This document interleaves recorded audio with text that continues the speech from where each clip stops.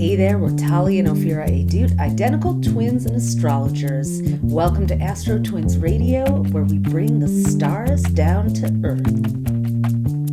Feelings are flowing this week, and not necessarily in a direction that anyone can control.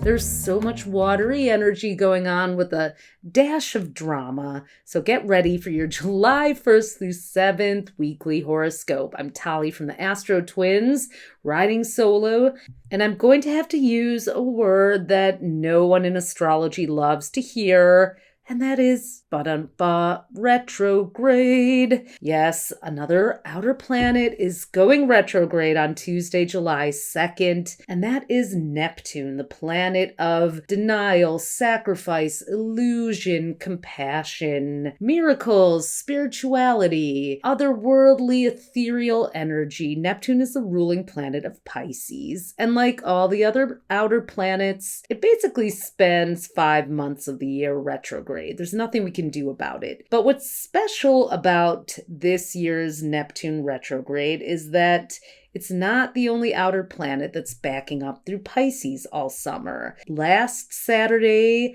June 29th, just a couple days ago, Saturn, the planet of structure, also turned retrograde in Pisces. So Saturn and Neptune are together in Pisces on this very bizarre journey. And that journey began last year on March 7th, 2023, when Saturn moved into Pisces for the first time in 30 years. And both Saturn and Neptune are hanging out together.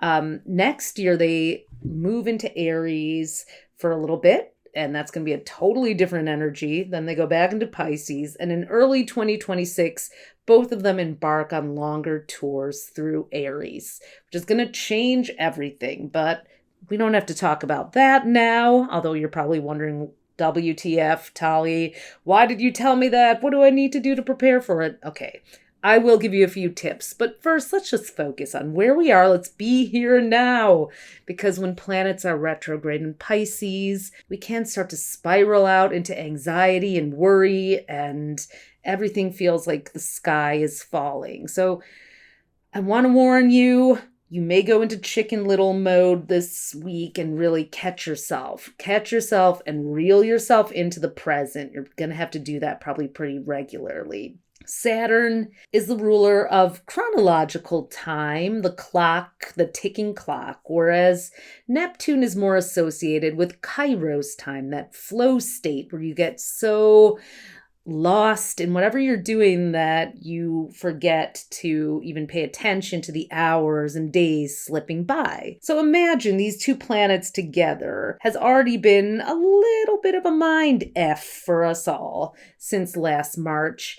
And they don't actually unite that often, Saturn and Neptune, by the way. Saturn changes signs every 3 years, Neptune every 15 years. Saturn moves around the whole zodiac through each sign in 29 and a half years. Neptune takes 165 years. So the fact that they're together right now is kind of a rare historical moment. They're kind of a chorus of opposites. Their energies don't exactly blend well. Saturn's a boundary hound. Neptune blurs boundaries. Saturn wants empirical data.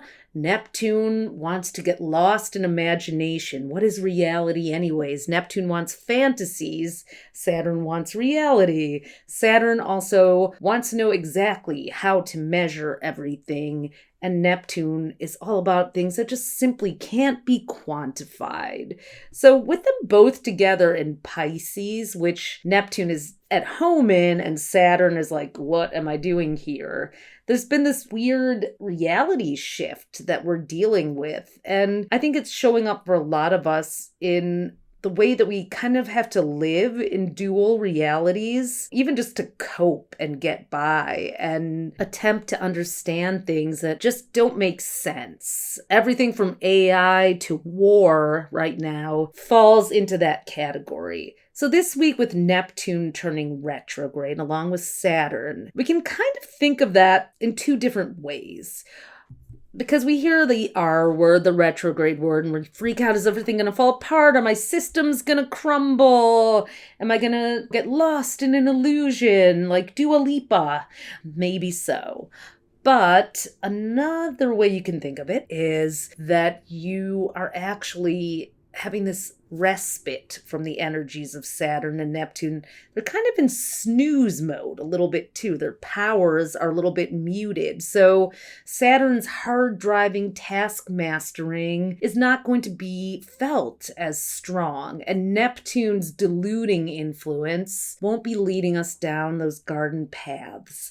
In some ways, we have this opportunity to really enjoy our imaginations without the restrictions of Saturn or the melancholy urges of Neptune being dialed so far up. Of course, that means we have to be our own reality checkers. So before you decide to drain your life savings to pursue a bucket list trip or something like that, maybe think it through, okay? Just think it through a little. Now, the likelihood of us selling the farm and blowing up our nest eggs will be tempered by some input from Cancer. Safe, security-loving Cancer energy is another strong water influence this week, and thank Goddess for that. So the sun is in Cancer all week, yes, and Friday, July 5th, we have the year's only new moon in Cancer.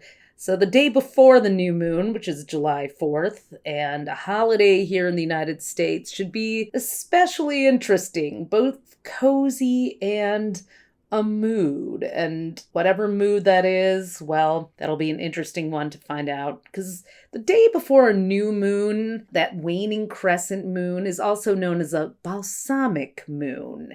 It can be as tart and tangy as vinegar, because we call that planetary PMS when there's that last little sliver of moonlight left. Everyone can be a little tired and worn out and bitchy and cranky. So if you're planning to celebrate with family, as many people are, on the plus side, Cancer is the most family-friendly, loving, nurturing sign.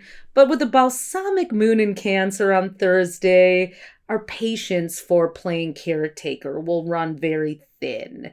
Make sure that you are not going into hyper nurturer mode and worrying about everyone. You're going to have to let go, because otherwise there could be little blow-ups. And I'm not talking about somebody lighting off a string of fireworks. We're probably going to be kind of noise sensitive too. So if you're somebody who hates fireworks, try to make some kind of provision so you're not in a place where, the downtown display is popping off in the sky, or the neighbors with kids are just lighting off their contraband fireworks all night. There's only so much you can do about that, but I'm just suggesting for people that you honor the fact that you may be more sensitive on Thursday and be around people who love sensitive you as well. If that means being hyper vigilant about your guest list, well, so be it. I can count so many July 4ths where I just wanted to stay inside and embrace my hermit side that I do have as a Cancer South node. And, that might be the vibe for many more people this year. But July 4th is a long weekend. So Friday is when the fun begins after the new moon in Cancer, and we all get a reset and then have some Leo moon fun going on over the weekend. Now, speaking of Leo energy, Tuesday also brings a shift towards the lion's passion and fire. Yay! Mercury moves into Leo. And it's going to be there till July 25th. So that's going to lighten things up a lot too. But it could also bring a little drama during that balsamic moon, or all of a sudden the feelings that you didn't want to talk about while Mercury was in Cancer could come rushing out. Try not to do that. I feel like I'm always warning people to think before they speak.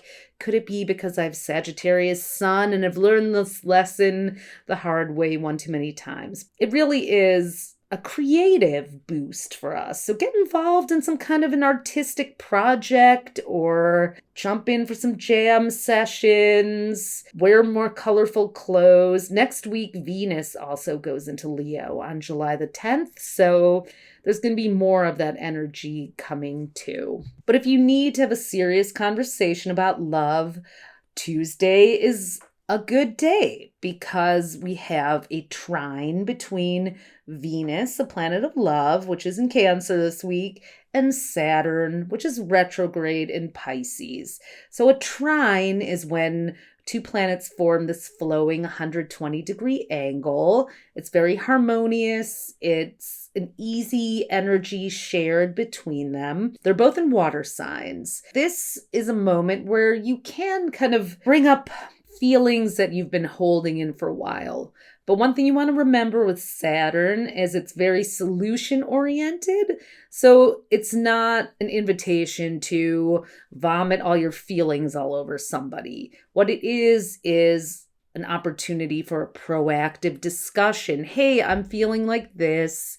I'd like to come up with a solution or a structure that supports our relationship in a positive way. How can we do that? I have these needs. I understand you may have other needs. How do you feel about that? Let me ask you questions and listen to you thoughtfully and carefully and compassionately, and not rush to come up with an answer right away. That's the beauty of Saturn retrograde. You can stop and reflect. But Tuesday is a good day if you want to have a mature discussion about something that's maybe in need of rebalancing in a relationship. Back to those retrogrades. Neptune's retrograde ends on December 7th, and Saturn retrograde ends on November 15th. So basically, guys, we got the rest of the year to work through these 5-month cycles. They happen every year. There's no way around it. The outer planets spend 5 months a year retrograde, except Jupiter, which is 4 months. And we basically are in retrograde season because one by one, they're going to start backing up. And that means some of those bigger issues, those long-term plans we're making are ready for a review. Now, I did say I'd give you a little tidbit about Saturn and Neptune and Aries, that little brief bit next year, writing all about it now for the 2025 horoscope. And it's just more of an outward energy, much more of a matter of fact, let's get it done energy. I see a problem, let's solve it. This doesn't make sense. Let's figure it out. Like, boom. No ruminating and waiting around. So enjoy your rumination time now because we're going to have to move faster. And that makes sense when you think about the way some of the problems of the world seem to be accelerating. Climate change, for one. We're going to have to fix things fast and use Aries innovation and, willingness to roll up its sleeves and just jump in and do it. But I happen to believe that we are in a divine flow with the planets. And right now, we might not be able to imagine what that'll feel like. But once we're there and the timing has arrived, we will be able to ease into it and know what to do. We'll be ready for it because we'll have gone through this Pisces energy and we'll be ready to evolve to the next sign. That's just how human beings work. Now I'm going to bring us back to the super present moment, the summer of success, as we're calling it, because we are right in the middle of a bookend of 2 full moons in Capricorn. We had the first one on June 21st and the second one on July 21st. So the Cancer new moon this week really marks the halfway point, a time to check into your emotions. How am I feeling about these goals? You might actually have some worries about your career or money or fears that come up, and you may have to settle yourself down. Like, okay, how do I clean house a little? How do I minimize what's draining my energy, draining my resources? And how can I get more flush, open up more flow? And in some ways it might be dialing back some expenses or maybe figuring out some household fixes or work from home side hustles you can do, or relying on family members, bringing in a roommate to help pay rent, or renting out a room to an Airbnb, or there's all kinds of creative solutions available. Those are the things you want to look at. And we are going to be celebrating the Summer of Success past July 21st. So if you haven't already heard, we have something really special planned for 8/8, aka the Lion's Gate, the day when the sun in Leo aligns with Sirius, the spiritual sun. And metaphorically, that's a way of connecting the way we shine spiritually with the way we shine in the world. 8/8 is also a really powerful day in numerology. 8 is the number of abundance. And the Lion's Gate being on 8/8 is a day to use your spiritual energy as well as your creative energy to attract and manifest what you want in your life in terms of money, power, respect, and that includes self-respect, right? Because when we're working from our soul and our spirit, things feel aligned. So in honor of that, we've teamed up with Astrology.com to create a special Lionsgate festival moment together. And you can sign up for that and get your ticket at the link in bio. And that includes an amazing abundance ritual that we're going to be doing live. You get a copy of our new book, The Astrology Advantage, mailed to you, a hardcover copy.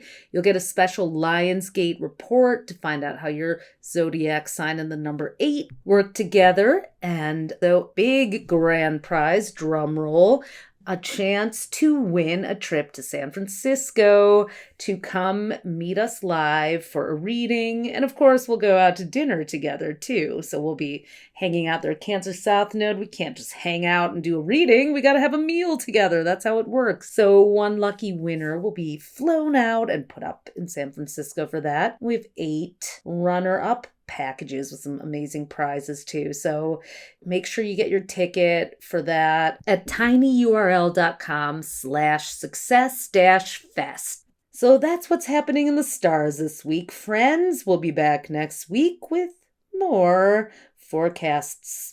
So that's what's happening in the stars this week. We'll be back next week with your next round of horoscopes as the planets keep on turning. As always, thanks for listening. You can discover more of your star power at astrostyle.com and be sure to follow us on social at AstroTwins.